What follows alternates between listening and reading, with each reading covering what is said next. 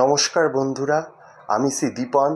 আজকে আপনাদের জানাবো যে বিয়ের পর আপনার অর্থনৈতিক অবস্থা ঠিক কীরকমভাবে পরিবর্তন হতে চলেছে সেটা কিভাবে বুঝবেন। বা আজকাল অনেকেই বিয়ের আগে জানতে চান যে পার্টনারের অর্থাৎ স্বামী বা স্ত্রীর অর্থনৈতিক অবস্থা সম্বন্ধে। এখন যদি পার্টনারের অর্থনৈতিক অবস্থা বুঝতে চান তাহলে আপনাদের ন্যাটাল হরোস্কোপ বা জন্মছক খুলতে হবে এবং খুলে দেখতে হবে যে আপনার ছকের সপ্তম ভাবপ্রতি গ্রহ ঠিক কোনভাবে অবস্থান করছে এবং কোন কোন গ্রহের সাথে জোরালোভাবে সম্বন্ধ করছে। এখন যদি কোনোভাবে দেখা যায় যে সপ্তম ভাবপতি গ্রহ আইদার দ্বিতীয়ভাবে বা একাদশভাবে অবস্থান করছে বা এইসব ভাবপতি গ্রহের সাথে খুব জোরালো কানেকশন করছে, তাহলে এটা ইন্ডিকেট করে যে বিয়ের পর আপনার অর্থনৈতিক অবস্থা একটা ভালো রকম পরিবর্তন ঘটবে এবং বিয়ের পর আপনি অর্থ সম্পদশালী হয়ে উঠবেন। এখন সপ্তম ভাবপতি গ্রহ যদি কোনোভাবে ষষ্ঠভাবে অবস্থান করে, সেটা নির্দেশ করে বিয়ের পর আপনার স্বাস্থ্যগত দিক থেকে একটা অবনতি হবে এবং আপনি কিছুটা হলেও ধার দেনায় জড়িয়ে পড়তে পারেন। এবং এটা হলো সেই ক্ষেত্রে যেটা বিয়ের পর মানুষের হঠাৎ অর্থনৈতিক অবস্থাটা ডাউন হয়ে গেল। ঠিক এই যে কেসটা, এটা এই পার্টিকুলার ক্ষেত্রে হয় যেখানে সপ্তম ভাবপতি ষষ্ঠভাবে অবস্থান করে।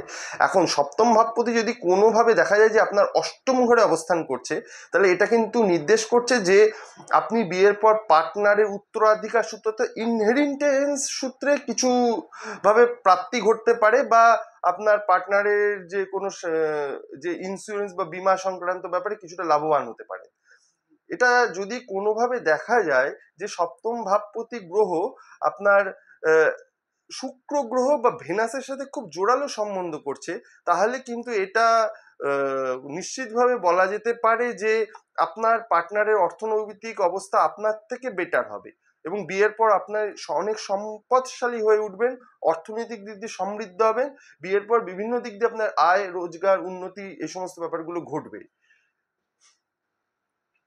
এখন এই যে তথ্যগুলো আপনাদের জানালাম, এই সমস্ত অ্যাস্ট্রোলজিক্যাল ভেরিফিকেশনের পাশাপাশি সপ্তমভাবে কোন গ্রহ অবস্থান করছে, কোন কোন গ্রহ সপ্তমভাবে অবস্থান করছে এবং সপ্তম ভাবপতির সাথে সেই সব সপ্তমভাবে অবস্থানকারী গ্রহের সম্বন্ধ, এগুলোও কিন্তু খুব ডিটেলসে অ্যানালিসিস করা প্রয়োজন যদি পার্টনারের অর্থনৈতিক অবস্থাটা বিশদে ব্যাখ্যা করতে হয়। যাই হোক, এই ভিডিওটি যদি একটু হলে আপনাদের ভালো লেগে থাকে তাহলে দয়া করে ভিডিওটিকে একটু লাইক করবেন, শেয়ার করবেন, সাবস্ক্রাইব করবেন, কারণ আমি নতুন এই অ্যাস্ট্রোলজিক্যাল চ্যানেল করেছি।